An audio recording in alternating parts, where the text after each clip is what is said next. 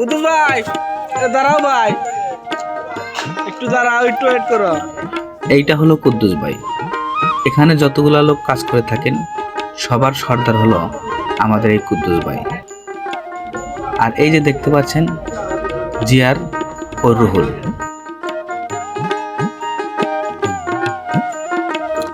আর এই টাকের উপর থেকে যে নামছে তার নাম হলো সাদ্দাম। আর টাকের উপরে যে আছে সে হলো কুদ্দুস ভাইয়ের একমাত্র ছেলে আবু হুরাইরা।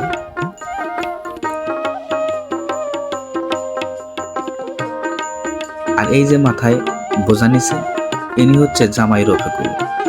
জামাই রফিকুল লোকটা অনেক ভালো, সবার সাথে হাসি মুখে ভাবে কথা বলে।